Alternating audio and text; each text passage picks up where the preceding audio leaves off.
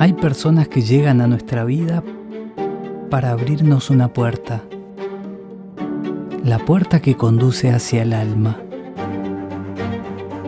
Cuando tenía 19 años, en plena noche oscura, me encontré con mi querida Carmen. Me refiero a la doctora Carmen Chiesa Borrat, mujer de ciencia y de espíritu, hija, esposa, madre y abuela. Una tejedora de puentes entre la razón y la ternura. De su mano conocí a mi primer padrino y maestro espiritual, Carlos María, quien me guió durante 30 años y profetizó gran parte de mi camino. Sané muchísimo junto a Carmen, pero llegó un momento que nos estancamos y ella realizó un movimiento de humildad luminosa que me volvió a cambiar la vida. Un día me dijo: Ale, hasta aquí puedo acompañarte. El resto del camino lo hará junto a los indios. La vida es la escuela del cambio. Cuando encuentras una respuesta, te cambian las preguntas. Aquí la única maestra es la reina de las transformaciones, eso que llamamos muerte. El resto somos todos aprendices, pero no todos necesitamos aprender lo mismo. Soy Alejandro Korch, hombre medicina, y en este podcast vamos a usar las palabras para sanar y vivir en paz, aunque la realidad nos exija la guerra. Aquí inicia el camino para tu retorno a casa. Esto es amor y es para siempre. Para presentarte a Carmen, debo comenzar contándote que su abuelo materno era piloto civil y falleció a los 42 años en un accidente aéreo. Eso marcó a su mamá, a ella y a toda la familia. Carmen Chiesa Borrat nació en Uruguay. Su llegada al mundo fue recibida con mucha alegría por sus padres que la habían buscado durante 7 años. Al tener 1 año de vida, falleció su abuela materna y luego recibió un hermanito cada 2 años. Fue la mayor de 4 hijos y creció rodeada de tías abuelas que le hicieron saber que había medicamentos que eran diferentes a los que se compraban en la farmacia. Se recibió como médica en 1980. Se especializó en dermatología en 1985 y se formó en acupuntura, análisis transaccional, neurolingüística, terapia floral y psicoterapia gestáltica. Junto a su esposo, el doctor Marcelo Montes de Oca, fue pionera en introducir la acupuntura en el ámbito hospitalario uruguayo. Fue docente, terapeuta y creadora del proyecto Psicoarte. Dedicó su vida a tender puentes entre las artes, la ciencia y la sanación emocional.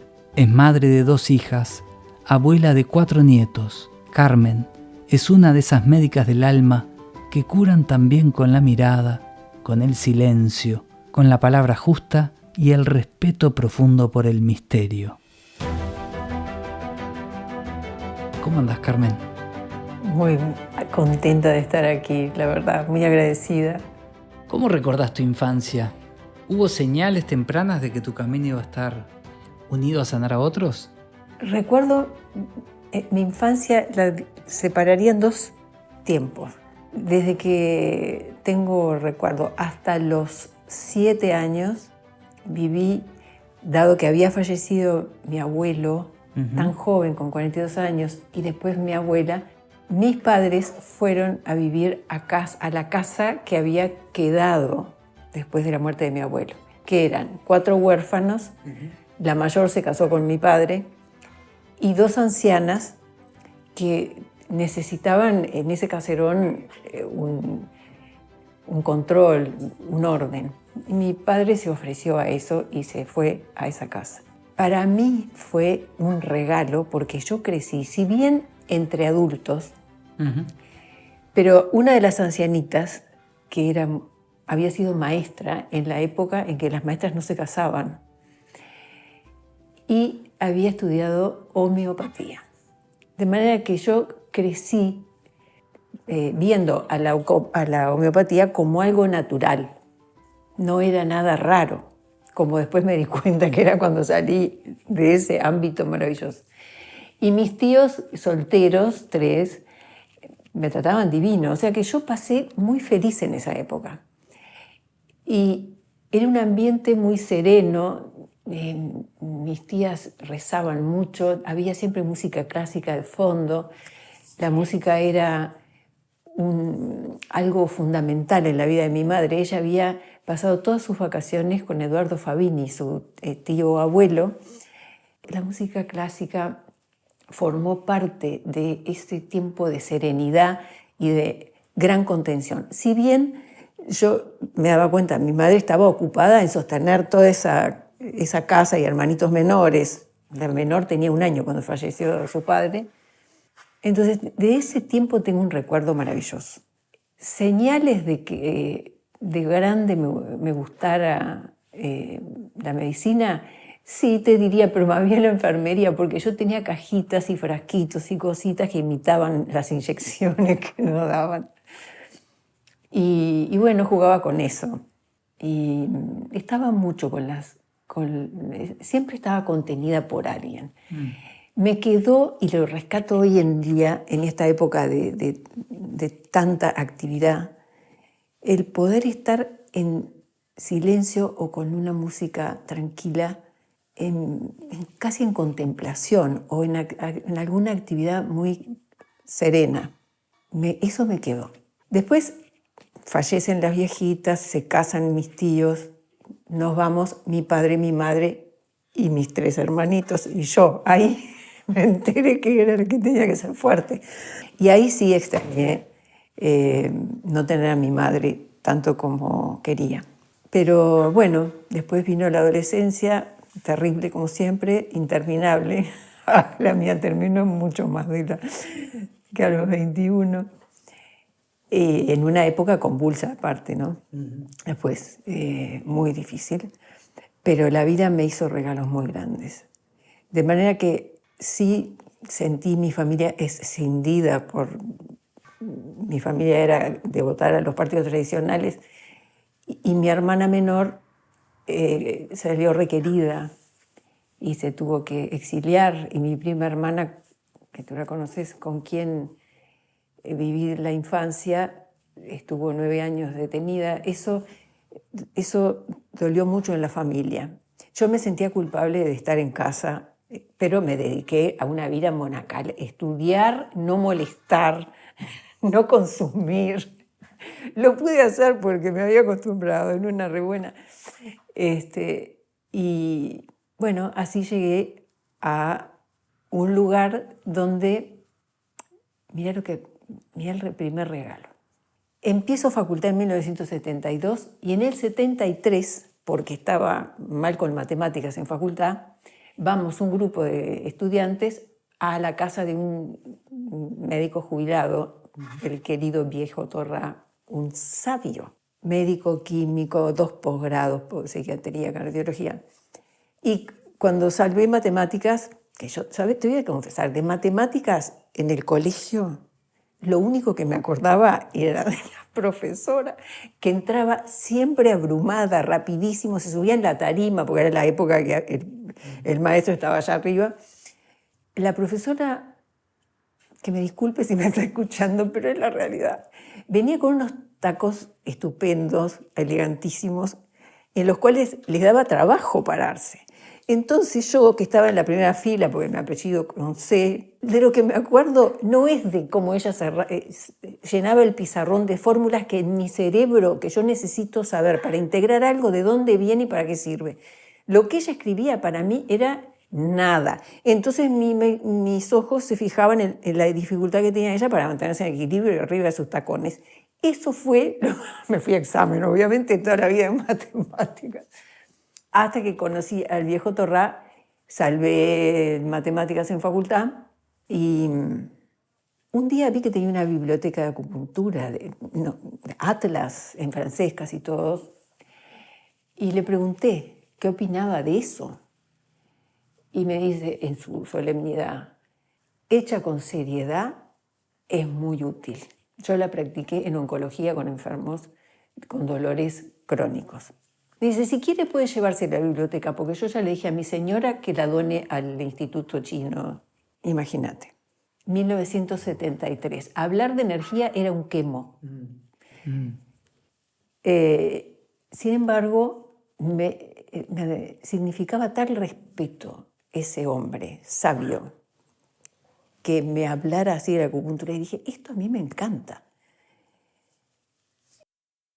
¿Y cómo convivían en vos la ciencia y la energía, la intuición en esos años? Muy complejo, porque yo quería quedar bien con mis compañeros de facultad y hablar de energía era una cosa rara, me dejaba en un lugar bastante despreciado. Pero me ganó la intuición. Yo decía, no, este hombre no puede estar equivocado. Este hombre es un hombre de bien, le importa que las cosas, que la gente se sane. Él me ayudó mucho. Pasó un poco como pasó contigo, después voy. Mientras me enseñaba en chino, me enseñaba acupuntura y me enseñaba también ejercicios de meditación con el pincel de bambú y la tinta china hecha en la piedra, para llevarme, que yo lograra estados de meditación en los cuales pudiera parar mi cabeza, que andaba a mil, para poder entender eso. Hay una frase maravillosa: poca ciencia aleja de Dios, mucha ciencia acerca a Dios. A mí me pasó que en los primeros años de facultad me creí que la ciencia me explicaba todo, hasta quería que mi madre dejara de ser religiosa, dejara su religión. Por suerte no me dio bolilla, pero necesité pasar más años tratando de entender el fenómeno humano para darme cuenta de que hay un creador, un diseñador, y sin eso no puedes explicar la mayoría de las cosas que nos pasan. ¿Y qué te aportó en eso la terapia gestáltica en particular? La terapia gestáltica fue llegar a un oasis en el desierto. Porque yo, como acupuntora, era una en toda la generación de 700 que habíamos entrado. Yo sola. Y después había 2 o 3 veteranos que ya estaban por retirarse, que la habían traído también en viajes. Un día me doy cuenta que preciso saber psicología, porque la gente que venía a acupuntura en general no venía por un esguince, venía por algo que la medicina tradicional no le había podido arreglar. Entonces eran personas que necesitaban también un apoyo. Voy un día al centro gestáltico, y cuando estaba en Pablo de María, me atiende Solange, amorosa. Me gustó tanto cómo ella definió lo que me podía enseñar, que elegí, dije, este es el lugar. Y los cursos empezaban poco tiempo después, y tuve el privilegio de aprenderla de ella, de Alejandro Spangenberg. Colaboraban también en el curso Cecilia Spangenberg, con quien después hice una terapia más larga, Daniel Basotto, Rosana Perata, personas todas que, para mí la clave es esto, practicaban lo que predicaban. Yo me daba cuenta que eran personas de bien. Me sentí de otra manera en el mundo, porque dije, no soy yo sola ahora. Toda esta gente que intuyo que es de altísimo nivel espiritual, personas que se cultivan, que practican de una humildad, tenían los dos. Solange, lo maternal que era mientras hacíamos el curso, Alejandro con esa inteligencia para definir las cosas, esa concepción amplia, holística del universo, a mí me encantó. ¿Qué descubriste sobre la sanación al trabajar con distintas herramientas? Así como me decías, la acupuntura, la medicina, las flores, la Gestalt, el arte. Lo más importante era que la persona recontactara con él mismo. Y eso se lo daba todo lo que venía haciendo. No solo eso, unir las polaridades, el camino del medio, todo lo que proponían, todas esas cosas, era lo que yo me daba cuenta de que, primero que a mí me había hecho bien, a mí me había sanado, y que era por eso que alguien que no era grado ni 3, ni 2, ni 5 de la facultad tenía trabajo, porque a mí venía toda la gente que con la medicina ortodoxa la medicina no le era suficiente para su... Y bueno, e increíblemente lo que a mí me fascinaba era lo que tenía que ver con la energía, lo que incluía el concepto de alma, tanto en la medicina oriental como en la Gestalt. La persona sufre cuando no contacta con una parte inseparable de él mismo que llamamos alma. Un paréntesis. ¿Vos conocés un poeta uruguayo, Julio Rey Reisig? Bueno, mirá este poema, Color de sueño, hablando del alma. 1880 y algo, principios de 1900. Un hombre está durmiendo, pero seguramente sería un hombre para quien la vida era lo material nada más. Se le presenta en sueños una imagen femenina, una mujer misteriosa, vestida de terciopelo, sufriente al grado máximo. Él dice, sangraba fuego por su herida abierta. Y él, sorprendido, ella con el índice sobre los labios, como diciéndole, menos palabras, silencio. Él la interroga a ver quién es ella. Y ella le dice, me emociona cuando digo esto, ya ni siquiera me conoces, hijo, si soy tu alma que ha sufrido tanto. Cuando hace unos cuantos años conocí ese poema, dije, qué sensibilidad, el concepto de alma que daba entre los que conocíamos la medicina oriental, los que conocíamos la psicología gestáltica y los artistas que tenían una sensibilidad mayor, por eso lo eran. Me pareció divino, me lo sé de memoria. Qué belleza. Es una belleza. Conociste un montón de sanadores mágicos, ¿no? Sí. Como nuestro amado Carlos María. ¿Alguna anécdota que nos quieras compartir o algún consejo sabio que te haya dejado? Me imagino que muchos, pero... Ya sabés de qué voy a hablar. No, a ver. No, bueno. Esta anécdota la he contado con tu permiso porque tú la has publicado, si no, no lo haría. Un día yo ya estaba notando que mi función de terapeuta contigo llegaba a un límite. Y un día te propuse que consultaras a Carlos María, que era un hombre realmente muy valioso y que lograba éxitos. Sanaba miles de personas. Y tú fuiste a consultarlo. Pero en el fondo no estabas convencido de que ese hombre fuera a hacer algo. Siempre fui un buen desconfiado. Siempre fuiste, bueno, era lógico. Sacaste un turno, llegó el día de tu consulta, él te abre la puerta, te saluda, te hace pasar, te sentás, se pone a mirar sus escritos, ¿te acordás que escribía? Y te dice, 2 puntos. Así que el señorito cree que yo soy un chanta que le vengo a sacar la plata. No, no puede ser más genial. Me imagino tu palidez en ese momento.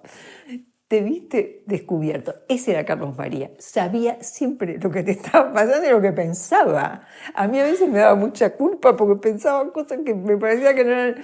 Bueno, eran humanas, pero me daba vergüenza porque él sabía siempre lo que yo estaba pensando. Y todo el mundo. Entonces te dijo, vamos a hacer una cosa. Salga y vuelve a entrar. Y vamos a empezar de nuevo. Y empezaron de nuevo el camino maravilloso, luminoso que hiciste con él, como abuelo, nieto, maravilloso. Esa para mí es una anécdota inolvidable. ¿Y qué viste en mí, aquel joven de 19 años? ¿No te acordás el momento que nos conocimos?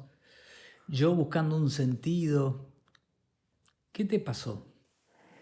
Bueno, vi que estabas en un momento crítico, realmente padeciendo, y empecé a pensar, tan joven, tiene solo 19 años, Y lo que me está contando es como que hubiera pasado 5 vidas ya. Yo decía, pero ¿cómo puede un hombre? Y bueno, era sorprendente, a mí me sorprendía. A la vez me sorprendía,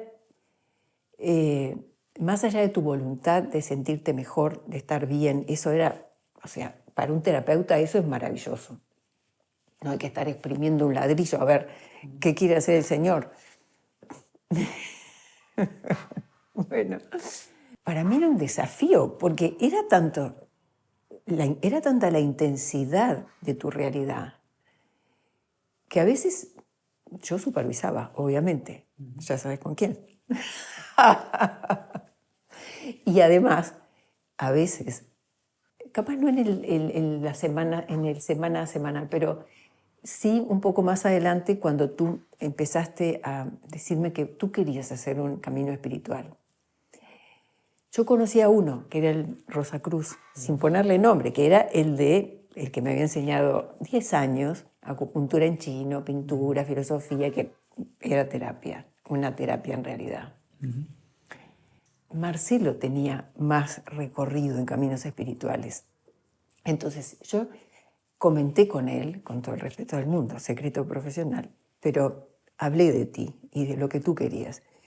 Y él, que había leído los 10 libros de Castaneda y era un enamorado de esa forma de estar en el mundo, me dijo, pero Alejandrito, él siempre te dijo Alejandrito, tendría que hacer algo parecido a Castaneda. Y a mí no se me había ocurrido en el momento. También habíamos pensado en la antroposofía. ¿Te acordás que tú tuviste una conexión con alguien importante de esa disciplina? Pero no te convencía. Entonces, Marcelo dice, ¿y el camino? Esto es en suma, de suma, resumen, ¿no? Por supuesto, porque hablábamos largamente de lo que te pasaba. La magia es que él dice, sería bueno algo como Castaneda. Y yo estaba supervisando casos clínicos, entre ellos el tuyo, con Alejandro Spangenberg. Y él y Solange eran los cofundadores, junto con, no sé si Graciela Eirin también. De manera que la vida de vuelta, todo en bandeja. Este es ese otro dicho, solo el que sabe lo que busca entiende lo que encuentra. Estaba ahí tu camino. Y si existiera otra forma de vivir, te invito a Despertar Espiritual, una clase gratuita donde te acompaño a reconocer tus heridas y empezar a sanar desde el amor y la libertad. Vas a descubrir herramientas para transformar tu historia y caminar hacia una vida con sentido. Es gratis y está disponible ahora. El enlace está en la descripción de este episodio. Te espero. Bueno, me quedé con ganas de decirte una anécdota que se me pasó. Yo le hacía acupuntura a una chica cuya pareja era muy amigo tuyo. Y entonces un día, yo no te conocía, un día él vino a buscar a su novia y me dijo, ¿sabes qué? Medio apurado así, ¿sabes que tengo un amigo que está pasando re mal? Dice, y no quiere hacerse psicoterapia. ¿Vos podés hacer algo? Y yo le digo, bueno, yo le puedo hacer acupuntura y después vemos. No tiene por qué saber de entrada que yo había hecho psicoterapia o hacía psicoterapia. Bien, entonces ahí te conocí. Fue a través de Hernán, una persona encantadora. Y empezaste a venir sin saber de todo lo que yo podía practicar. Te empecé a hacer acupuntura, empezaste a sentirte mejor, pero un día, la inteligencia es una de tus cualidades, estabas boca abajo en la camilla, las agujitas puestas, y das vuelta en la cabeza, mirás para atrás, yo estaba parado un poco hacia atrás, y me dice, ¿esto que vos me haces es psicoterapia? Y entonces yo me quedé un poco sorprendida, pero te dije, bueno, yo te hago acupuntura y después hablamos, porque te surge hablar y las cosas que decís son re importantes. Si te hace bien, es terapia. Y ahí cambiamos de rubro, pasamos a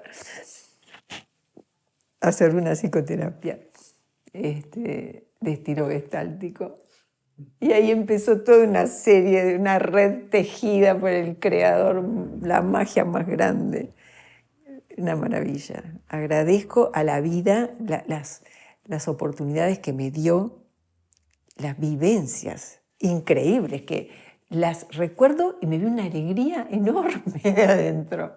¿Cómo pudo pasar esto? ¡Qué genio el creador! Agradecerte el acto de humildad de decirme, bueno, yo llego hasta acá y lo que vos estás buscando está con los indios, ¿no? Es más allá. Siendo que Carlos María nunca nos había dicho a ninguno de los dos, porque ya me estaba guiando a mí y ya tenía una relación muy íntima contigo, de que mi camino era con los indios. A mí, años después, él me dice, bueno, ahora que ya llegó con los indios, porque él me había dicho, usted tiene un camino, pero no le voy a decir cuál, ¿no? Y después me dijo, ahora que ya llegó con los indios, ya encontró su camino. ¿Qué te llevó a vos a ese lugar de modestia y de humildad, que no me voy a alcanzar de agradecerte, de decir, lo que vos estás buscando yo no te lo voy a poder dar, tenés que ir a buscarlo allá? Porque me imagino que es un acto de mucha modestia, ¿no? Y sí, pero es que yo ya te valoraba tanto, ya te quería. ¿Cómo no iba a dejarme, cómo no iba a priorizar lo mejor para ti? Pero hay mucho terapeuta que prefiere cambiar el auto que priorizar lo mejor para el paciente, ¿no? Por suerte, el tema económico, si bien supe ser austera, muy austera, después dejó de ser un problema. Nunca jamás seguí una sola vez con alguien si no le estaba sirviendo. Qué belleza. Siendo que esto seguro están escuchando muchos psicólogos, terapeutas, ¿cómo es para vos lo que se transformó ese camino, aquel joven de 19 que hoy está acá 30 años después, conversando con vos, ¿no? ¿Qué es lo que vos sentís? En la Gestalt, el vínculo forma parte de lo que sana. El vínculo que creamos nosotros en aquella realidad de un profundo sufrimiento tuyo, el cual yo comprendía, porque yo lo estaba viviendo, no tan con el tema muerte, pero dentro de mi familia, podía comprender eso. Y que habla de que se puede mantener el vínculo terapéutico impecable, aún creando un vínculo de profundo afecto con el que consulta. Creo que eso es bueno. No digo que sea fácil, porque hay que ser muy atento, conocerse a uno mismo para no cometer errores. Contigo nos fue bien. Yo sigo siendo tu terapeuta. Vos sabés que yo te quiero mucho. Tú para mí seguís siendo el querido Alejandro. Y podemos seguir hablando de qué cosas te pasan. Con una condición, yo tengo que conocerme mucho a mí mismo para no meter nada mío en lo que te expreso a ti, ¿no? El respeto, los dos siempre fuimos muy respetuosos. Y creo que también estuvimos rodeados de gente que nos ayudó mucho, porque Alejandro y Solange eran amorosos con todos sus alumnos y ninguno padeció nada por eso, ni se le arruinó nada por ese vínculo de afecto. Al contrario. ¿Cómo te transformó a vos ser mamá, ser abuela, en la mirada, ¿no? Eso de acompañar a los demás y que de pronto se abran nuevas dimensiones.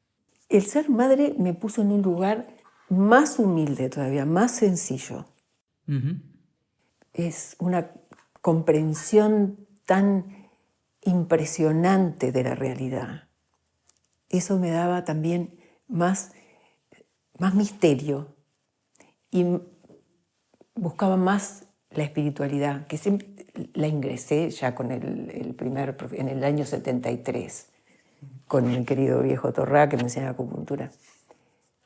Y ser abuela, hoy en día que cuido todas las semanas unas cuantas horas a una chiquita que no tiene 2 años todavía, me maravillo de la no neurosis. Está en estado puro, todavía no hace nada que no venga de arriba. Me modificó en una gran alegría, más comprensión tal vez, que yo creo que eso sí, no mucho más, no sé, creo que yo ya cuando me vinculaba con personas ya lo hacía desde un lado de cuidarlo, de ayudarlo, no solo analizar lo que le pasaba en la mente. Uh-huh. Creo eso. ¿Y cómo fue compartir la vida con otro doctor todo el tiempo? Aparte de ser pareja, compañero de ruta, pero que Marcelo sea médico también. Bueno, fue genial porque yo lo conocí antes de conocer la Gestalt. Éramos los 2 únicos raritos. Uh-huh. En la generación 69 y yo en la generación 72, los únicos raros que para los que tenían mal pensamiento podíamos estar haciendo algo para ganar plata. Nada que ver. Marcelo recorrió el Clínicas, el Centro de Quemados, Pasteur, Maciel, todos regalando tratamientos para que la acupuntura fuera conocida y que se supiera que había gente con buena intención y correcta que la practicaba. Él dejó esa semilla, creo que logró que mucha gente respetara la acupuntura gracias a eso. Después, más allá del amor y del vínculo romántico, estaba el tener alguien con quien hablar en el mismo idioma. Uh-huh. Eso era un regalo, un regalo.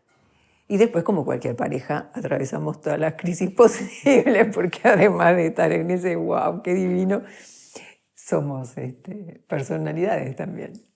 ¿Y personalidades? Personalidades en el sentido de egos. Somos egos. Claro, por eso. Y personalidades fuertes en un tiempo donde son adelantados y pioneros, tienen que tener... Claro, un poquito de locura, para animarse a salirse del rebaño.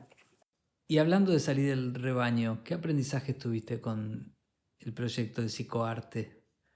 Ay, no, impresionante. Sigo creyendo, si me dijera un hada, me dijera, mira, te regalamos 30 años más, 40 años más de lucidez, sueño continuado desde las 11 hasta las 8 horas aseguradas, volvería a hacerlos, porque es maravilloso. Yo siempre crecí con buena música. Uh-huh.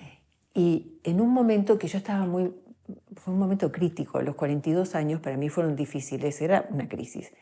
Me encerraba a buscar músicas que acompañaran un guión sobre distintos estados emocionales. Mi idea era usar el arte, música, actuación, coreografías, y algún momento de meditación, para que la gente supiera de qué se trata. Si en una terapia te dice, sí, lo que pasa es que usted se siente culpable. Pero ¿qué quiere decir para alguien que no entiende? ¿Qué quiere decir? No debe ser algo lindo, decir, vos, no, porque me estoy sintiendo como la mona, pero cuando hice los talleres, logré hacer completos 2 videos, salieron cada uno lo mismo que un auto, chico, usado, pero era mucha plata en aquel momento, hace 20 y pico de años. La experiencia con los talleres, primero encontrar la música, ir a estudios de grabación, después filmar con cámaras de un canal que no voy a nombrar, pero los camarógrafos me jorobaban, porque íbamos al lugar donde se iba a filmar, por ejemplo, una vez en el Club de Golf del Cerro, para que Deméter, la diosa, una de las diosas de la maternidad, y su hija Deméter, que busca separarse de su madre, como todas las mujeres buscamos en un momento de la vida, se iba a filmar entre unos cedros en el Golf del Cerro. Fuimos allá, imagínate, las cámaras, las mujeres vestidas, Eva Rosa, una santa mujer, y bailarinas de Sodre. Era algo muy bien hecho. ¿Podés creer? No me habían dicho en el club. Habíamos hecho campamento atrás de un bosque de cedros en plena cancha de golf. Había un torneo. Entonces vinieron de la administración a decirme que tenía que dejar el lugar. Le dije, no me puedo ir ahora, porque viste toda la movida que se había hecho. Años de vida. La adrenalina hasta acá, de cualquier forma. La filmación la hice, no me llevaron a la seccional del Cerro y salió todo bien. Una belleza de coreografía, pero dedicarme a eso, y yo quería hacer por lo menos 9 estados emocionales. Ponele resentimiento, miedos. Yo hice culpa y sobreprotección. Yo no tenía formación en terapia de grupos, entonces era un esfuerzo hacerlo. Pero mucha gente que entró muy mal salió muy bien. No se podía hablar después del video, porque quedabas como cuando terminás de ver una película que te impactó y no querés hablar enseguida. Estás, salvo que quieras deflectar, pero o sea, no sentir lo que sentís. Fue genial, pero se me escapó de las manos. No lo pude seguir haciendo. O sea que si la vida te diera una oportunidad, harías esos otros 7 que te están Creo faltando. que sí. El resentimiento llegué a hacer la grabación, las músicas. Es que los autores clásicos componían sus músicas estando en estados arquetípicos emocionales. Las coreografías eran sobre estados arquetípicos. Todo lo importante ya está manifestado en el arte. El tema era estructurarlo de una manera sanadora. Exacto. Una vez una persona que es referente me dijo, ¿sabés, Carmen, que yo terminé de entender lo que era la sobreprotección después que vi tu video? Yo no sabía. Y es una mujer que se ha hecho terapia, pero estaba llevado al extremo del detalle de los gestos de la madre sobreprotectora, las frases que dice, cómo las dice, cómo es el chico sobreprotegido. Era fantástico, la teoría. Después en la práctica preferí seguir con las coronarias permeables y con el pelo en su lugar y con la clínica, porque me encanta eso. ¿Qué le está faltando, si le falta algo a la medicina hoy y a la psicología como para ser caminos del alma? Porque por ejemplo, en la medicina china eso está todo integrado. Todo integrado, ¿no? ¿Te parece que habría algún movimiento? El movimiento es un cambio en la teoría y es concebir que, aunque no la veamos, la intuición, el alma, la energía que bien manejada nos mantiene en salud, existe, aunque no lo veamos. Necesitamos el microscopio para ver que había bacterias y virus. Ahora necesitamos una apertura de mente para entender que existen cosas que determinan el estado de salud o enfermedad y el destino de la gente. Es eso lo que falta. Todavía la medicina ortodoxa está bajo del paradigma newtoniano-cartesiano. O sea, somos partículas, estamos formados por partículas. Vos terminás en tu epidermis y yo en la mía. ¿Cómo podemos entender lo que le pasa? ¿Cómo podemos entender de qué se trata un vínculo? Eso es lo que falta. Que lo diga una dermatóloga aparte, que termina en tu epidermis y empieza en la mía. Si pudieras hablarle a los jóvenes terapeutas de hoy, ¿qué consejo les darías? Primero, la humildad. Reconocer que llegue alguien a nosotros es un acto sagrado para el que consulta y para el que da la consulta. Es un hecho trascendente. Y el consejo es rendirse frente al misterio y practicar la más grande humildad acerca de lo que podemos hacer y de lo que debemos decir. Por lo tanto, creo que cualquier persona que trabaja con otras personas debiera tener un poco de terapia, o mucha, o la necesaria. maestros, cualquier persona que trabaje. Cuidadores. Cuidadores, exacto. Eso nos lo debemos como especie, ¿eh? Más allá de saber mucho de psicología, el trabajo sobre uno mismo creo que es muy importante. Y al caminante espiritual, a esa parte de nosotros que está buscando, estamos formando como una ronda de los distintos saberes y perspectivas, ¿no? ¿Qué le recomendarías que mirara a un caminante espiritual para elegir su camino, después de tanto recorrido, ¿no? Tiene que sentir que lo que va a recorrer está trazado por personas de bien. Creo eso, lo más importante. Y que el tema de poder, el tema del poder, no forma parte de ese movimiento. Y eso es humildad. No es fácil decirlo, pero la verdadera práctica lleva capaz mucho tiempo, o toda la vida para muchos, ¿no? ¿Qué decirte? Sabes que te amo. Ay, gracias, yo también. Gracias por este regalo, por esta oportunidad. ¿Algo más? ¿Te quedaste con ganas de decir algo, compartir algo? No, creo que las preguntas que me hiciste fueron muy adecuadas. Me sentí muy cómoda, como en familia. Gracias, Alejandro, querido. Gracias a vos, Carmen, un honor. Igualmente. Te invito a formar parte de este templo sagrado de Es Amor y Es Para Siempre, donde no esperamos que la magia venga desde afuera a rescatarnos, sino que nos dedicamos a crear magia. En el próximo capítulo vamos a ir un pasito más allá. Te espero.